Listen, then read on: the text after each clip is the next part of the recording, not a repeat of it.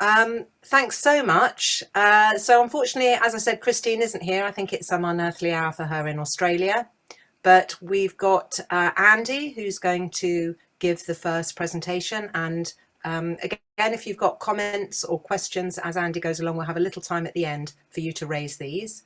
So I'm going to hand over to Andy, and maybe you'd like to introduce yourself a bit more, Andy, or just go right on with the presentation. Thank you, Deborah. Good morning, everyone. Excuse me. I'll just share the screen for a moment, and hopefully this will work fine. Just give me a moment to.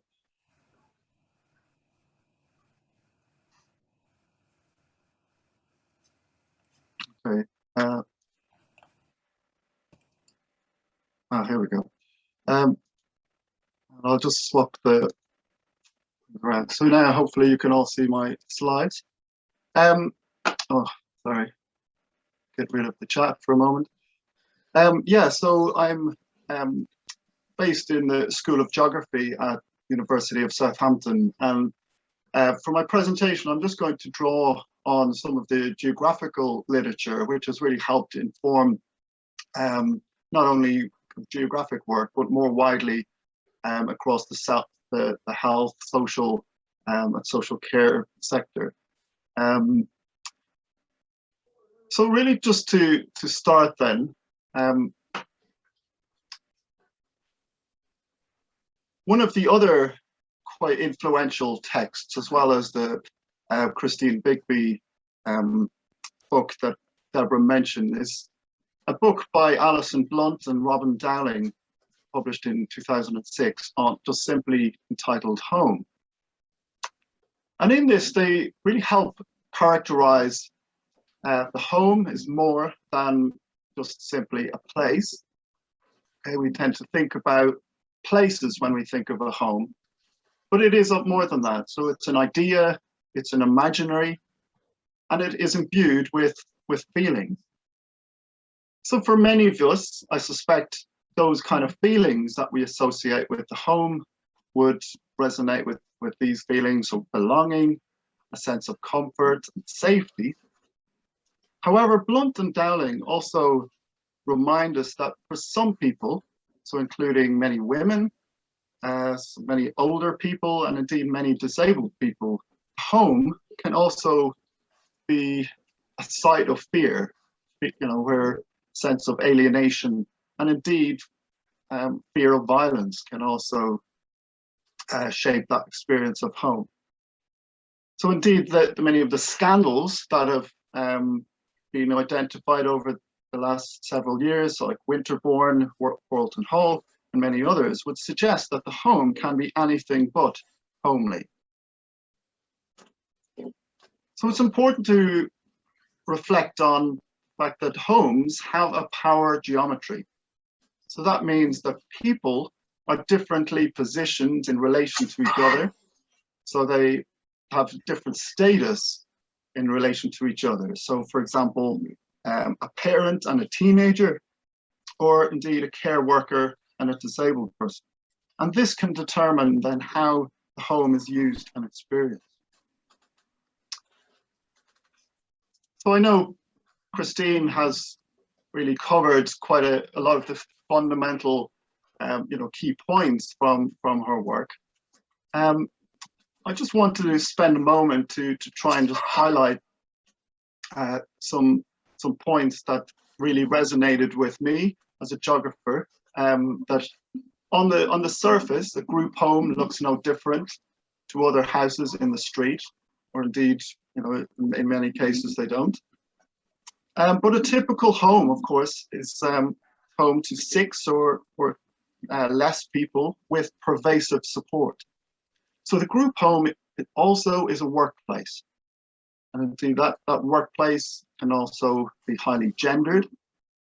It has its own workplace culture and regulations. Okay, so if we think about how it's governed then by occupational health and safety.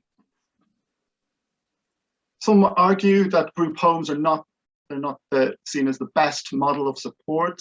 Indeed, with supported living becoming more readily available to many people, but they can still produce good outcomes. And more recent literature has really helped, helped suggest that. But of course, that is of course dependent on a lot of different variables. But nonetheless, they remain as a central form of support for people with profound and multiple learning disability. So they're unlikely to go away anytime soon. They are, especially for people who require extensive or pervasive support. So given these complexities of, it's both a home and a workplace, group homes have three tensions that staff really have to manage. They have to manage their own boundaries, their professional boundaries, and to what extent that overlaps with the personal relationships within the home. And there's research that suggests that when those boundaries are softened, it can lead to better outcomes.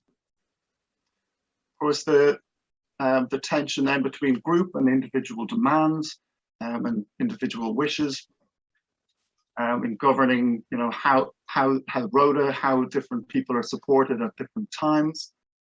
And finally, between a hotel model and a facilitative model.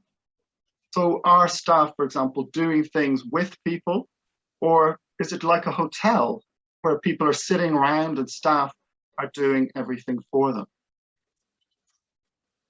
So to help unpick this, to help manage these tensions, and this resonates with what Christine was saying about the personal, which Christine mentioned or described as the atmosphere of the home, the sense of belonging and security and happiness. The physical, okay, so the physical spaces, how it's laid out, how it's governed, the types of amenities that are available, and of course the social, the types of routines that take place on an everyday basis. So I'm going to spend a bit more time just unpacking each of these three areas, drawing on a kind of a wider set of literature. In terms of the personal, Iris Marion Young identifies 4 normative values of home that should be thought of as minimally accessible to all people.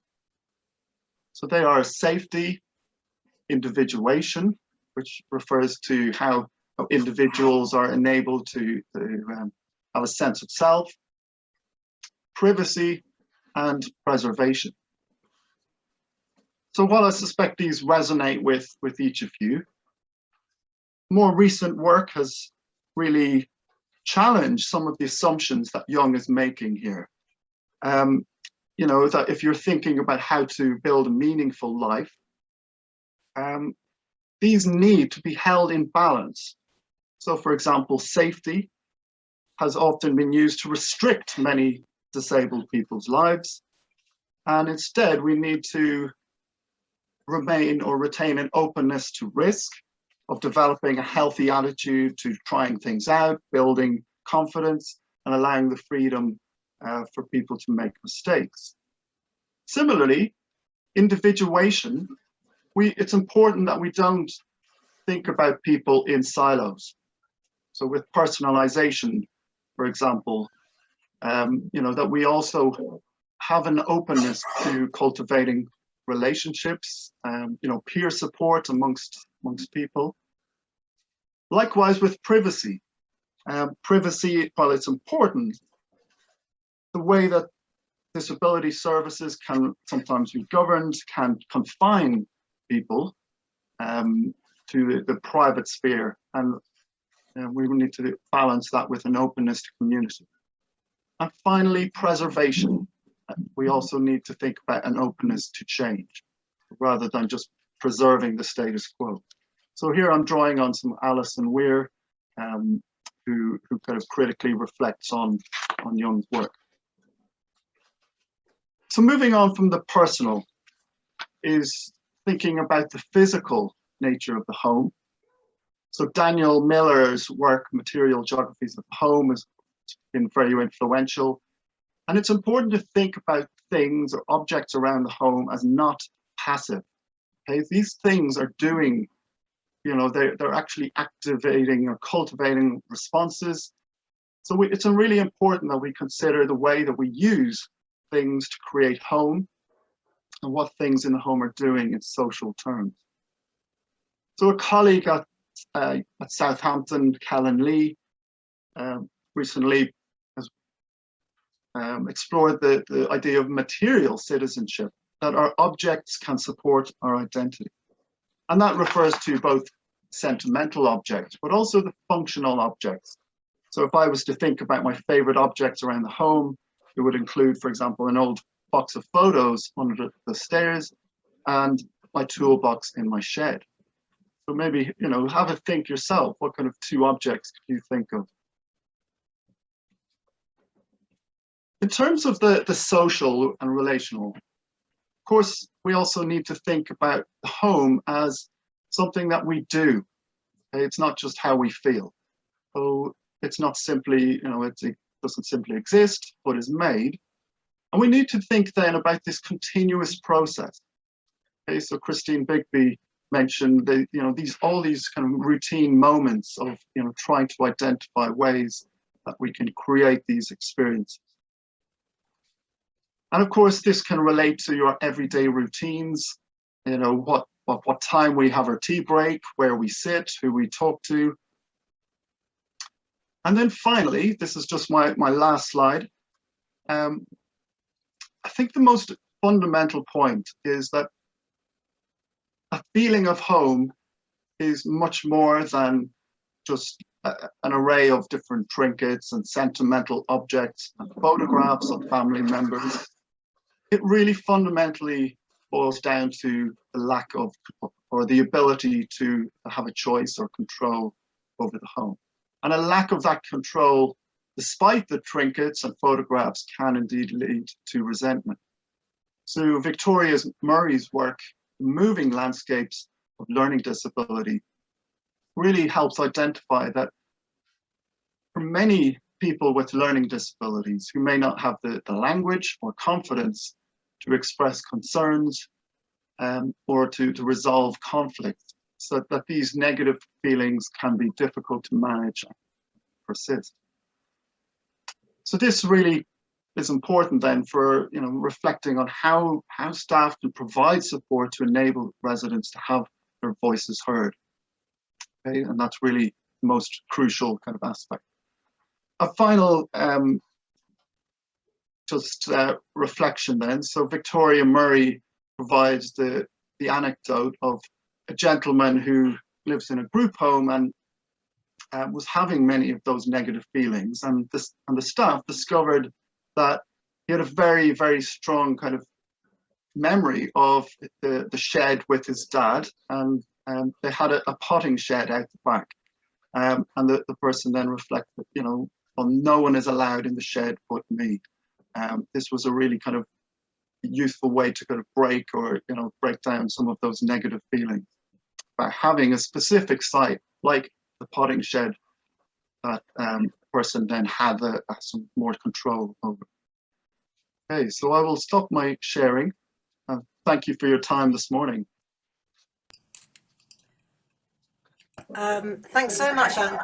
Thank you so much, Andy. I mean, I think it's really fascinating, someone who comes from a psychology background to be working with someone from a different discipline and to understand how place is understood from a geographer's point of view. We've got time for a few questions or comments. If anyone would like to direct them at Andy, you can probably best to put them in the chat, or you can try and put your hand up, but I don't know if I'd see it necessarily, or you can just put your camera on and speak your question.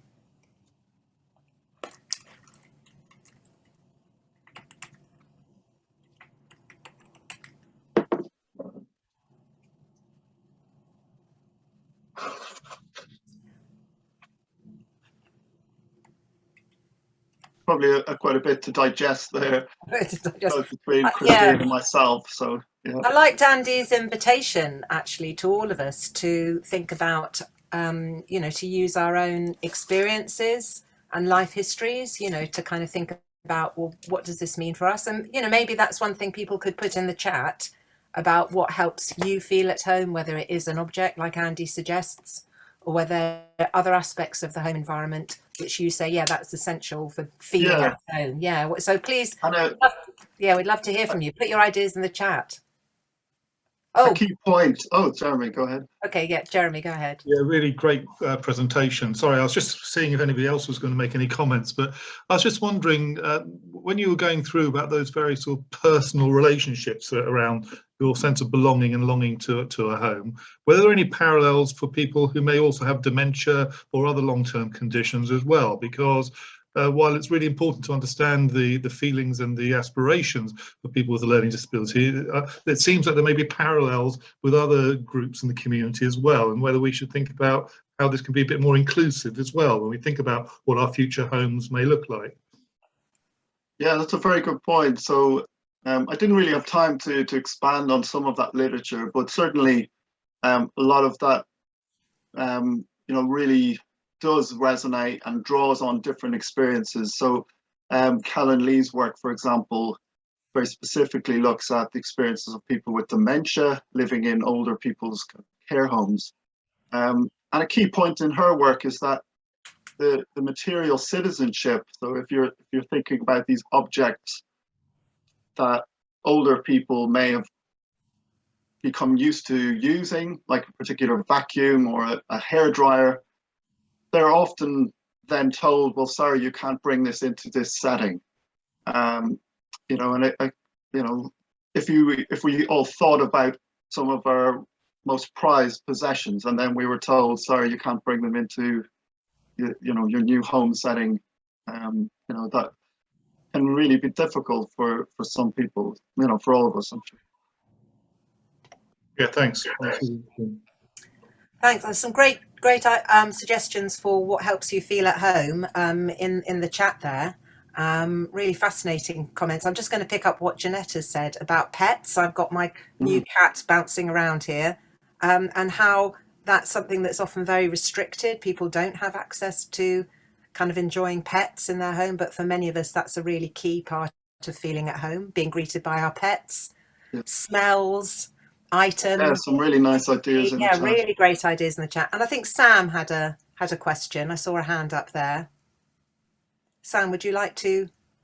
Sorry, yeah, I was just going to comment on pets actually. So you might have done it, Deborah, but we at Lens for England, we had a whole series of conversations with people who learn to assist their families, support providers, landlords last year with Housing Lynn colleagues actually.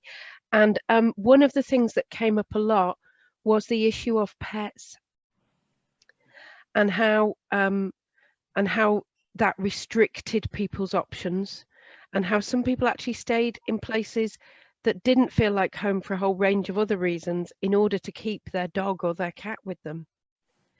And I think it was really startling that if you had support in your life, it dictated who or what else was in your life. Putting it very simply, for lots of people, it was a really strong message we heard. Thanks, Sam. I think that's a really excellent point. And I think goes back to Andy's issue about the kind of non-human aspects of home, whether that's material possessions, animals, smells, homes. There's a really, really complex sort of range of different key features. Lots of people talking about pets. Yeah, well, really, during COVID, yeah, the amount of people I know, and neighbours, work colleagues who have their COVID puppies. Yes. So it's and also pets as a way of connecting with neighbours and friends. You can chat about your pets, you take the pets for a walk, you meet other people.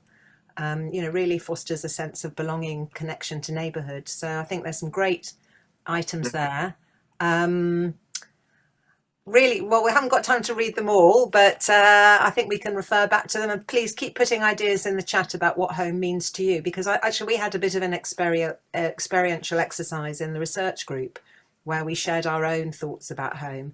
And it just got us thinking about how to invite people with learning disabilities into these conversations. And we find that people really do connect to them.